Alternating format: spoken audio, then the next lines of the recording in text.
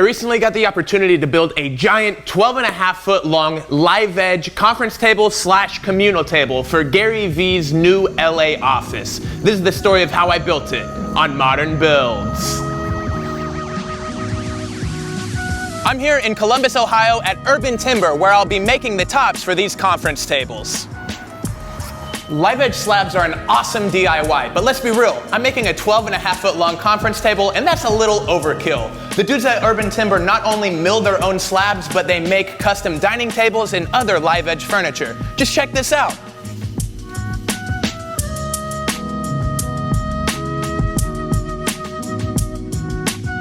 So I'm with Treg, one of the founders of Urbn Timber, and these are the ash slabs that we went with for the tabletop. Why don't you talk me through them? Yeah, so these slabs here, very similar to the ones we used for the project. They were actually milled on the same day, dried together. We went with ash because we actually have a surplus of it here in Ohio, as many parts across the country, thanks to the emerald ash borer, which is actually killing these trees. But we were able to upcycle them into slabs and utilize them for awesome projects like this. As a matter of fact, most of your slabs, if not all of them, are salvaged locally, correct? Yeah, the primary mission of our business is salvaging slabs, sawing them, drying them, and offering them for sale to the public.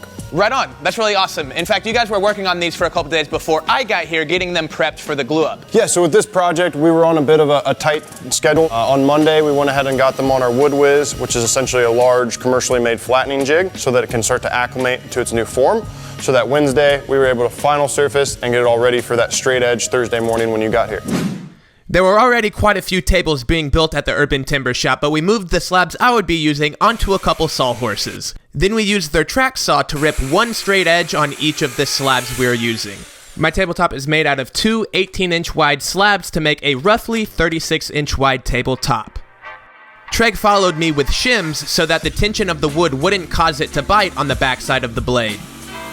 This same operation of course could be done with a circular saw and straight edge, but this is convenient and gives a great cut quality. After test fitting everything, I marked locations where I'll be cutting dominoes into the slabs for reinforcement. These are called floating tenons. The way I would describe this tool is it's a mix between a biscuit joiner and a doweling jig.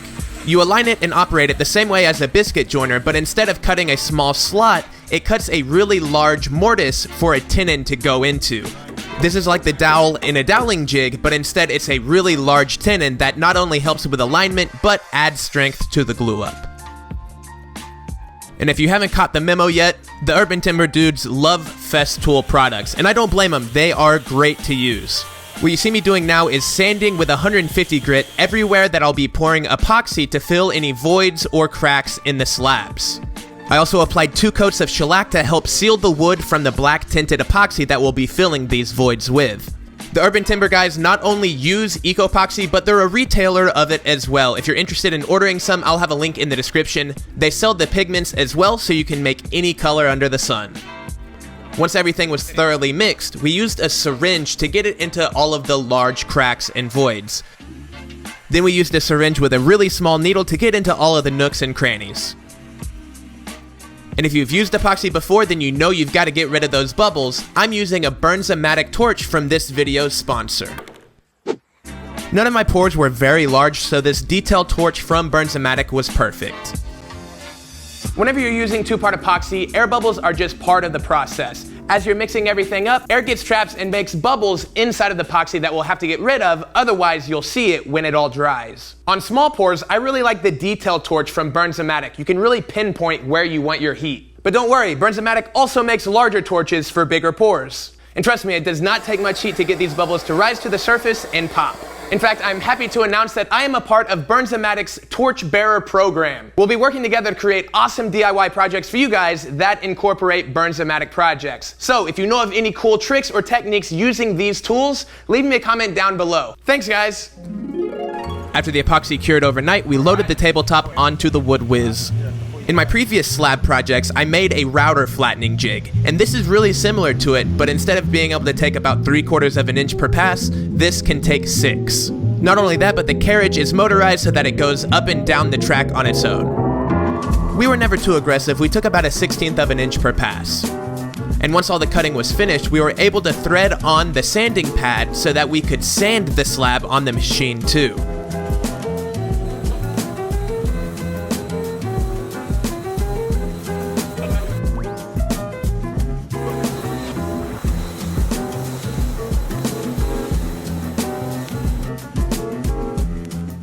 The emerald ash borer, the beetle that Craig mentioned at the beginning of the video that was killing these trees, burrow and make tunnels under the surface of the wood, so I used a dental pick to clear out any of the loose sawdust that was packed in there.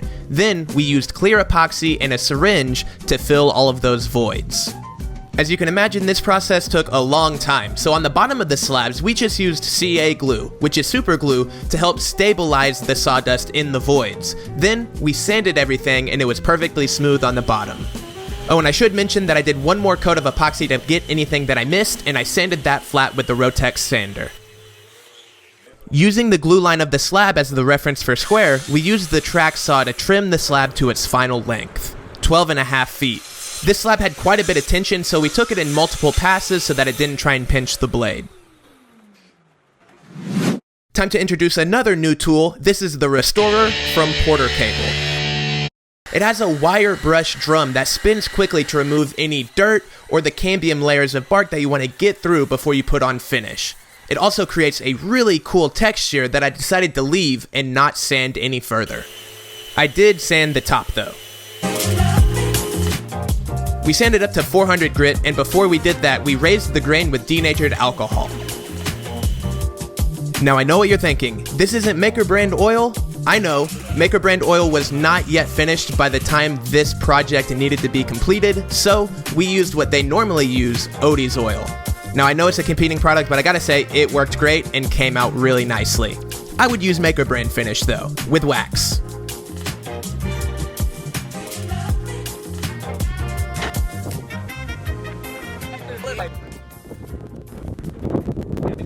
In Columbus, we built a crate so that we could ship the slabs back to Joshua Tree where they would meet me to build the base.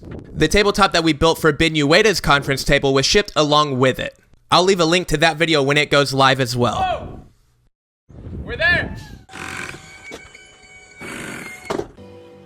And then you'll be able to get a good fee for whatever it is. So don't worry too much. Somebody's interested in everything. And anything you can be interested in, you'll find others for. But it's absolutely And this concludes the tabletop portion of this episode. My goal for the second half of this video is to get all y'all out there that are interested in metalworking and welding confident enough to try it yourself. The entire base is made out of 1/4-inch plate steel, and I'm going to be making all of my cuts only using an angle grinder. I got my 1/4-inch plate steel from a local supplier who used their shears to cut the pieces to their large sizes. Then I did all the small stuff with the angle grinder at home. I marked out a groove on the center of the top of the legs that I'll be cutting out. This groove is half the height of the stretcher that'll be connecting the two legs together.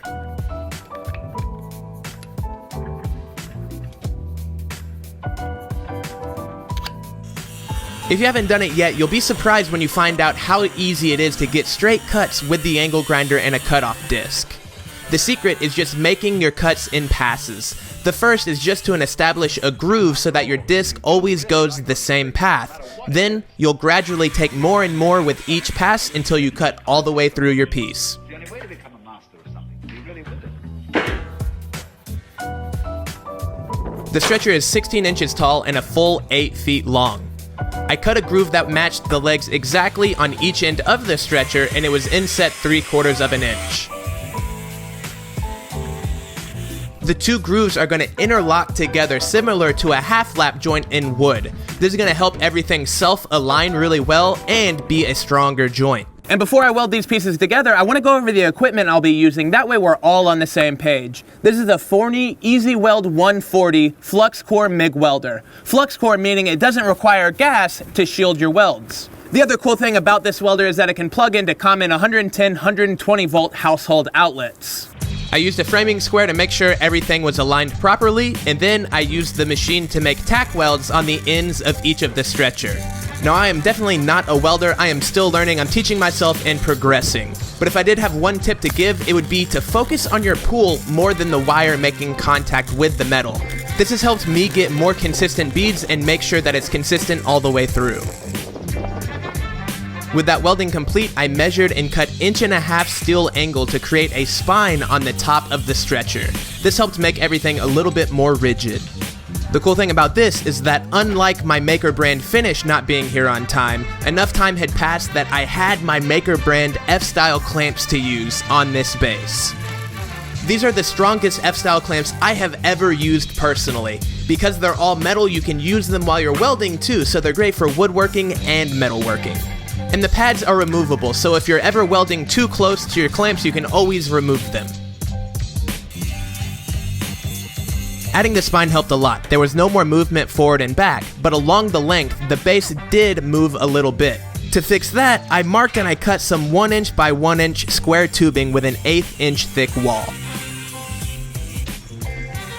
After it was cut, I beveled the corners to get a better weld, and then I used magnets to hold it in place while I welded it. There's a 6" gap between the bottom of the stretcher and this piece that I'm welding.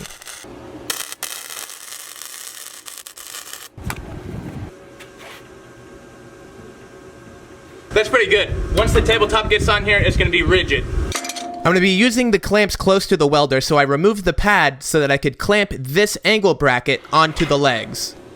The hole in it, along with a couple holes that I drilled in the spine, are what the screws are going to go through to attach to the tabletop. And here you can see my welds definitely aren't great, but they are getting a little bit better. To clean the steel, the welds, and add a little bit of texture, I used a wire brush attachment on the angle grinder to clean the metal. After that, I removed any oil or grease with acetone.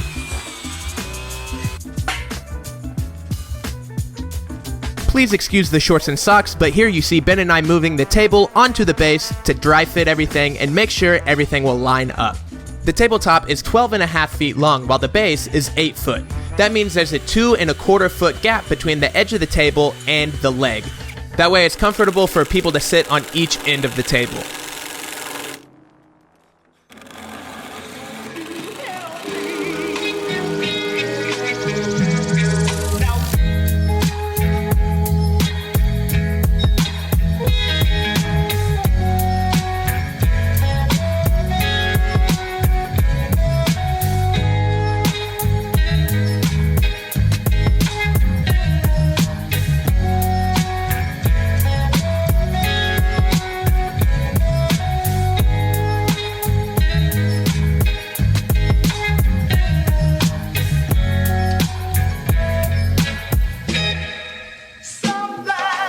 Thanks a lot for watching. I hope you enjoyed this video. If you're not already, make sure and follow me on Instagram @modernbuilds. The people following me there already knew about this project because I've been posting about it for the past month.